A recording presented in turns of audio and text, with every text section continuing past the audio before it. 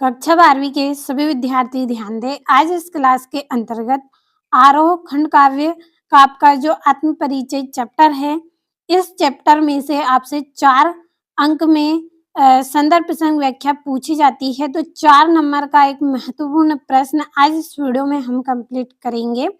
यदि आप इस प्रश्न को कंप्लीट करना चाहते हैं तो पूरा वीडियो लास्ट तक देखें। आसान और सरल भाषा में हम समझने का प्रयास करेंगे। तो चलिए हम जल्दी से बढ़ते हैं हमारे प्रश्न की ओर। तो ये यहाँ से हमारा दूसरा प्रश्न है। पिछले वीडियो में हमने पहला प्रश्न कंप्लीट किया था। निम्नलिखित पद्यांशों की संदर्भ प्रसंग व्याख्या लिखिए। तो एक बार हम यहाँ पे थोड़ा सा पढ़ेंगे, साथ में कुछ शब्दों का अर्थ भी हम निकालेंगे ताकि समझने में आसानी हो। तो मैं और जग और कहाँ का नाता, मैं बना बना कितने जग रोज मिटाता, जग जिस पृथ्वी पर जोड़ा करता वैभव, मैं प्रति पग से उस पृथ्वी को ठुकराता। तो इस तरह से ये आपकी 4 पंक्तियां यहाँ पे दी गई हैं जिसकी आपको संदर्भ प्रसंग व्याख्या करनी है। तो चलिए हम थोड़ा सा इसको समझने का प्रयास करते हैं। तो देखिए मैं यानी कि यहाँ पे कवि की बात हो रही है। कवि हरिवंश राय बच्चन इसके रचयिता हैं इस अध्याय के। तो मैं यानी कि कवि हरिवंश राय बच्चन कह रहे हैं और जग और कहाँ का नाता, मेरा और जग का कहाँ का नाता है। मैं बना बना कितने जग रोज मिटाता है, यानी कि यह कितने ही नाते रिश्ते बनाते हैं, लेकिन क्या है जो संसार के जो कष्ट हैं वो क्या है इनको मिटाने का प्रयास कर रहे हैं। तो हम यहाँ पे केवल थोड़ा सा समझ रहे हैं, इसीलिए यदि हम भूल जाएं तो हमें याद रहे कि हमें इस तरह से यहाँ पे निकालना है। आपको मैं केवल यहाँ पे समझाने के लिए इस तरह से बता रही हूँ। तो देखिए मिटाना यानी कि समाप्त करना, खत्म होना, और जग यानी कि संसार है, संसार, और पृथ्वी यानी कि पृथ्वी है जो धरती है, इस धरती पर जोड़ा यानी कि जो नाते रिश्ते हैं उनको जोड़ना, किसी रिश्ते में संबंध जोड़ना, वैभव यानी कि जो धन होता है, धन दौलत जो होती है वो क्या है, वैभव है। और मैं प्रति पग से ठुकराता, पग यानी कि पाँव हो, जो पैर होते हैं उनसे, वे ठुकराना यानी कि क्या है, जैसे कोई वस्तु हमें दी जाती है और हम उसे नहीं लेते, स्वीकार नहीं करते हैं, उसे ठुकरा देते हैं। तो आप यहाँ पे एक तरह से अस्वीकार करना भी बोल सकते हैं, ठुकराना यानी कि अस्वीकार करना। तो इस तरह से कुछ शब्दों का अर्थ हमने यहाँ पे निकाला है। चलिए समझने का प्रयास अब हम कर लेते हैं।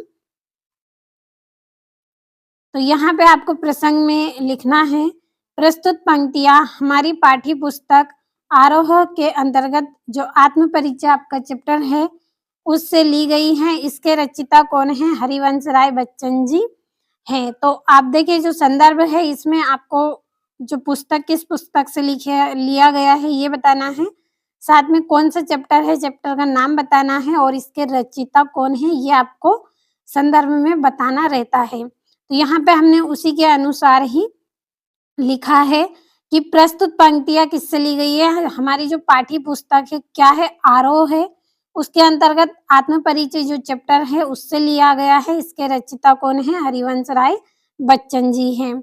अब चलिए हम प्रसंग में पढ़ेंगे। तो प्रसंग में हमें क्या लिखना होता है, प्रसंग में जो ऊपर पंक्तियों में जो बातें बताई गई हैं कवि के द्वारा, उन लाइनों को प्रसंग के अंतर्गत लिखा जाता है। तो कवि कहते हैं कि उनकी और संसार की सोच बिल्कुल अलग है। कवि क्या कह रहे हैं कि इस संसार में उनकी और जो संसार के लोगों की, संसार की जो सोच है वो क्या है, बहुत ही अलग है, बहुत अंतर है। इसलिए संसार से उनका कोई रिश्ता नहीं है। इसलिए उन्होंने क्या किया है, संसार से कोई रिश्ता नहीं रखा है। किस तरह से इन्होंने बताया है, चलिए हम व्याख्या में समझते हैं। जो मेन लाइन होती है वही हमें प्रसंग में लिखना होता है। तो ये हमारी यहाँ पे व्याख्या है जिसमें हम पढ़ेंगे कि कवि क्या कह रहे हैं।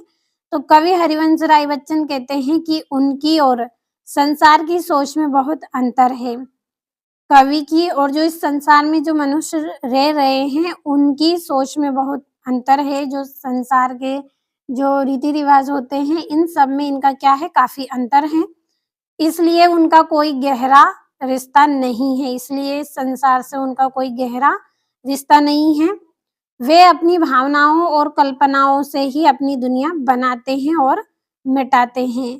कवि क्या करते हैं, ये अपनी स्वयं की भावनाओं से, अपनी ही कल्पनाओं से क्या कर रहे हैं, अपनी दुनिया बना रहे हैं, अपना ही संसार बना रहे हैं और साथ में क्या कर रहे हैं, मिटा रहे हैं।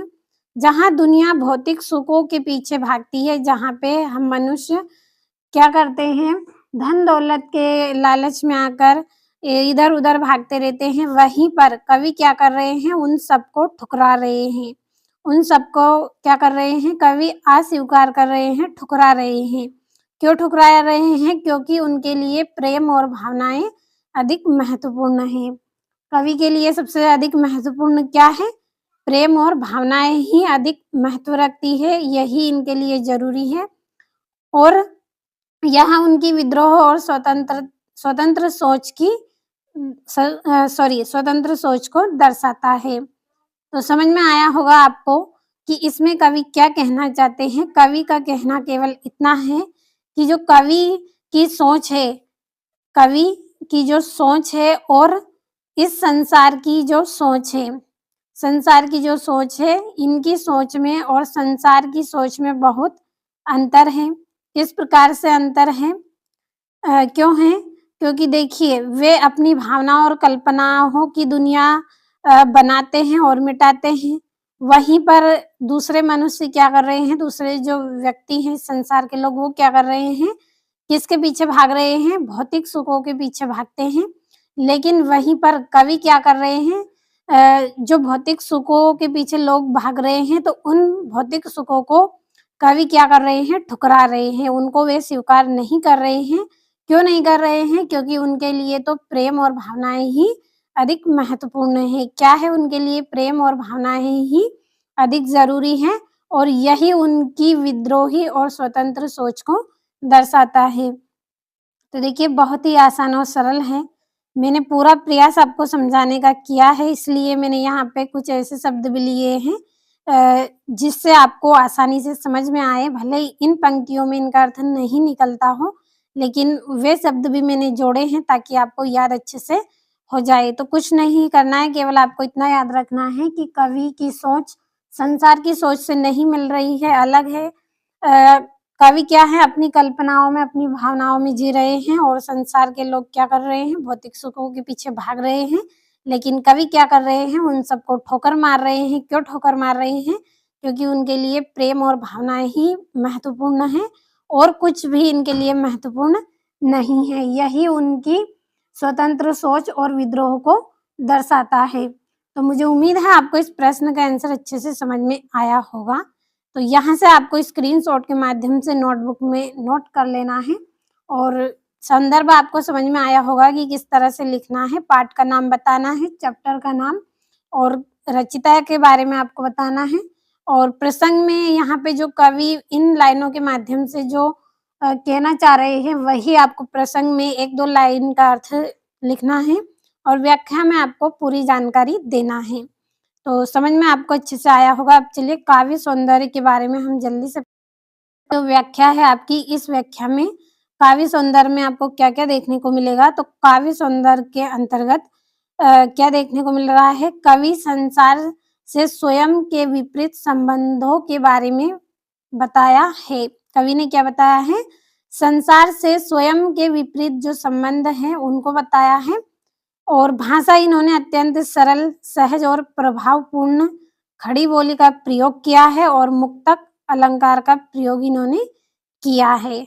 समझ में आया होगा। और यहाँ पे एक लाइन और रह गई है आपकी, मैं और जग। यहाँ इसमें इस जो लाइन है इसमें किसका प्रयोग किया है, यमक अलंकार का प्रयोग इन्होंने किया है। तो काव्य सौंदर्य में समझ में आया होगा आपको क्या-क्या है, विपरीत संबंध को इन्होंने बताया है। विपरीत संबंध के बारे में, भाषा जो है खड़ी बोली है, सरल है, सहज है और अलंकार में मुक्तक अलंकार का प्रयोग इन्होंने किया है और किसका प्रयोग किया है, साथ में यमक अलंकार का प्रयोग भी इन्होंने किया है। और एक और आपका यहाँ पे रह गया, शांत रस का इन्होंने प्रयोग किया है। किसका प्रयोग किया है इन्होंने, शांत रस है उसका प्रयोग इन्होंने किया है। तो स्क्रीनशॉट के माध्यम से नोटबुक में आपको नोट करना है। काफ़ी महत्वपूर्ण प्रश्न है आपका, 4 अंक में पूछा जाता है। 4 ही अंक यदि एग्ज़ाम में आपको लाना है तो प्रश्न को आप अच्छे से कंप्लीट ज़रूर करें।